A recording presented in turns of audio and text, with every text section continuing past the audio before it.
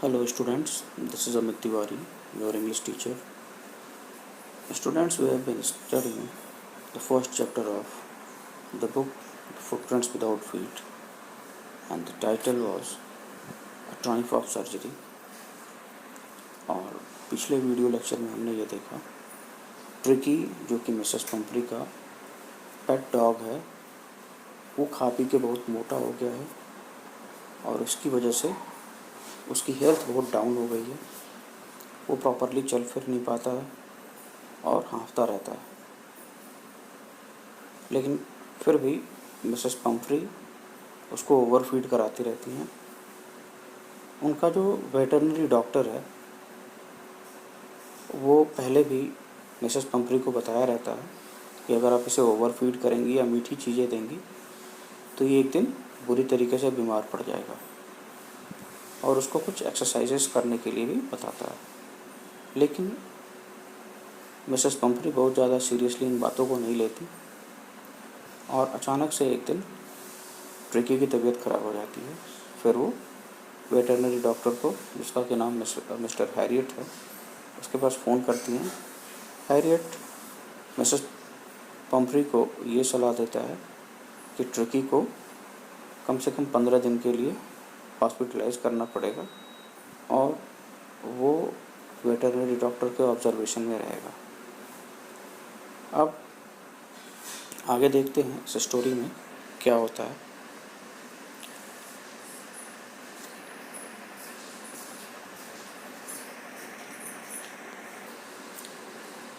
The entire staff was roused and maids rushed in and out, bringing his day bed, his night bed, favorite cushion, toys and rubber rings, breakfast bowl, lunch bowl, supper bowl. Realizing that my car would never hold all the stuff, I started to drive away. As I moved off, Mrs. Pumphrey, with a despairing cry, threw an armful of the little coats through the window. I looked in the mirror before I turned the corner of the drive. Everybody was in tears. अब वो समय आ गया था कि tricky को hospital ले जाया जाता है। इसके लिए मिस्टर हैरियट मिसेस पंपरी के घर आते हैं और पूरा का पूरा स्टाफ मिसेस पंपरी का उनको ये बता दिया जाता है कि अब ट्रिकी जाने वाला है, उसकी सारी चीज़ों का प्रबंध किया जाए। पूरा का पूरा स्टाफ कभी अंदर जाता, कभी बाहर जाता, ट्रिकी के तमाम स्टेप्स के साथ, जिसमें कि उसके दिन का बेड, रात का बेड, उसका फेवरेट कुशन, खिलौने, rubber rings, breakfast bowl, lunch bowl, supper bowl, ये सारी की सारी चीज़ें इधर उधर लेके कभी अंदर जाते, कभी बाहर जाते। और मिस्टर हैरियट इस बात को महसूस करके कि ये सारे के सारे सामान उनकी कार में नहीं आ पाएंगे, वो वहाँ से चल पड़े। और जैसे ही वो वहाँ से चले, मिसेस पंपरी, जो कि बहुत दुखी होकर रो रही थी, उन्होंने कुछ कोट जो है अपनी खिड़की से बाहर फेंका। I looked in the mirror before I turn the corner of the drive. Everybody was in tears.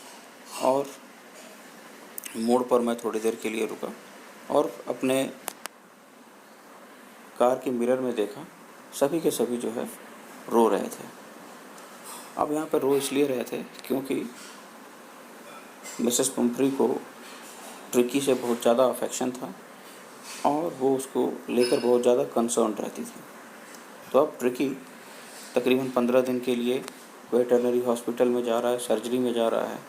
तो इस बात से ट्रिकी मिसेस पंपरी जो है बहुत ज़्यादा दुखी हैं कि वो मेरे बिना एक दिन भी नहीं रह पाता है, वो 15 दिन कैसे रहेगा। Out on the road, I glanced down at the pathetic little animal gasping on the seat by my side. I patted the head and Tricky made a brave effort to wag his tail. Poor old lad, I said. You have not a kick in your butt. I think I know a cure for you. रास्ते में veterinary doctor ने देखा कि जो कुत्ता उनके बगल में बैठा हुआ था वो पूरी तरीके से हाँफ रहा था। मैंने उसके सिर पे हाथ फेरा और उसने बड़ी बहादुरी के साथ अपने पूंछ को हिलाने की कोशिश की। मैंने कहा कि तुम खुद से जो है अपने पैरों को भी नहीं हिला सकते, मतलब कि तुम इतने मोटे तगड़े हो गए हो खा पी के और इतने अनहेल्दी हो कि तुम खुद से जो है अपने पैर भी नहीं हिला सकते, लेकिन मैं तुम्हारा इलाज जानता हूँ। At the surgery the house hold dog searched round me. Tricky looked down at the noisy pack with dull eye and, when put down, lay motionless on the carpet.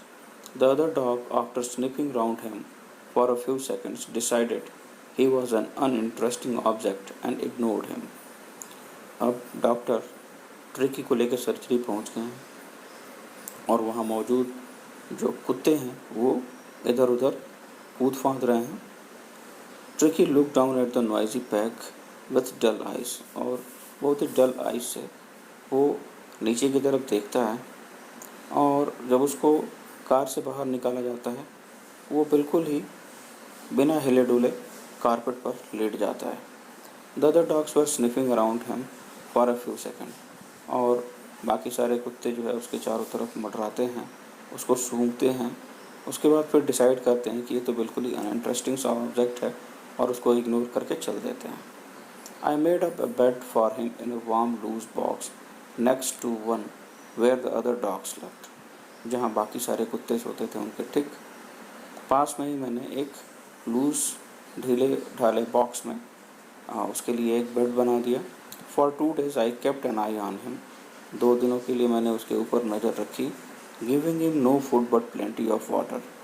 उसको बिल्कुल भी भोजन नहीं दिया, लेकिन खूब ढेर सारा पानी दिया। At the end of the second day he started to show some interest in his surroundings and on the third he began to whimper when he heard the dog in the yard. 2 दिनों तक मैंने उसके ऊपर नज़र रखी, खाने पीने को कुछ नहीं दिया, सिर्फ और सिर्फ पानी दिया ढेर सारा। और दूसरे दिन के आखिरी समय में उसने कुछ अपने वातावरण में, अपने चारों तरफ के वातावरण में कुछ इंटरेस्ट दिखाना शुरू किया। And on the third he began to whimper, और तीसरे दिन वो बाकी सारे कुत्तों को देखकर कुछ हल्की आवाज़ में गुर्राना शुरू किया। When I opened the door, Tricky trotted out and was immediately engulfed by Zoe, the greyhound and his friends. और जैसे मैंने दरवाज़ा खोला, ट्रिकी को तुरंत ही जो के द्वारा, और जो कि एक ग्रे हाउंड है, और उसके जो भी फ्रेंड्स थे उसके द्वारा उसको घेर लिया गया।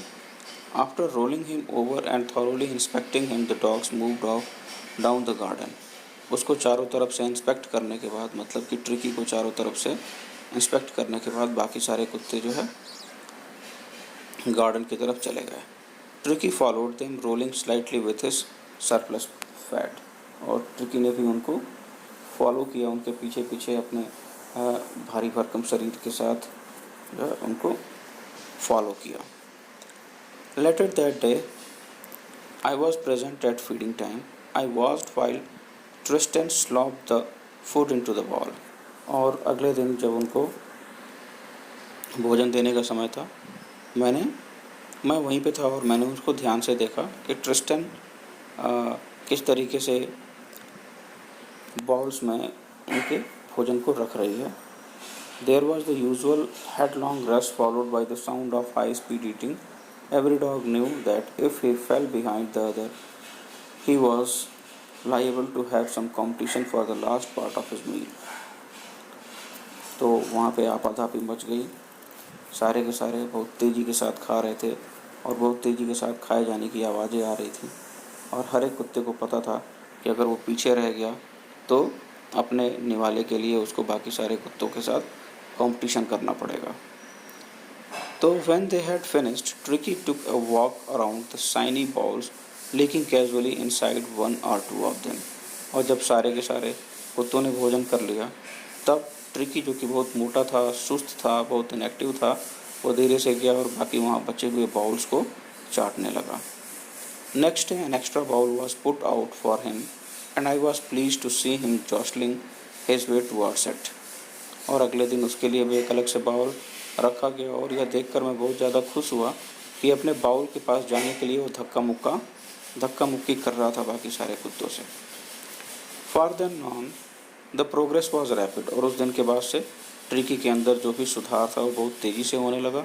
He had no medicinal treatment of any kind, but all day he ran about with the dogs, joining in their friendly scrimmage.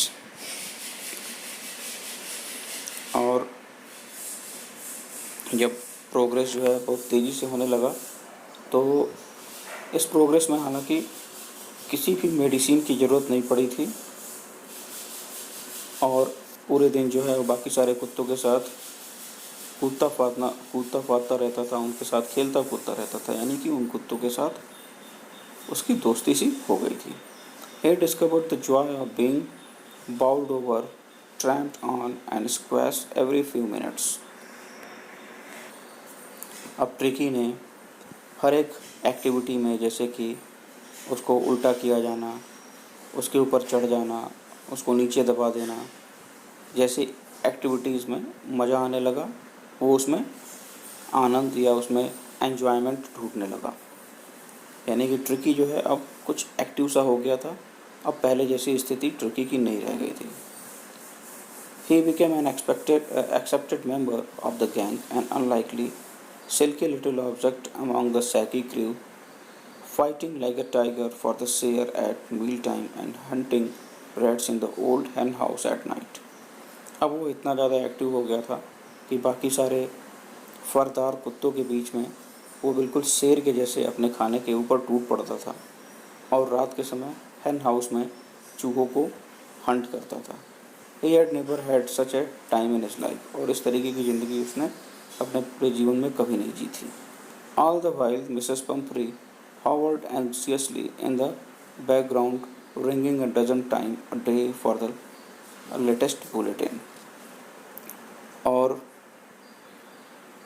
Mrs Pomfrey, जो कि बहुत ज़्यादा एंग्सियस थी अपने कुत्ते को लेके, वो अपने हाथे में, अपने कॉरिडोर में मंडराती रहती थी, और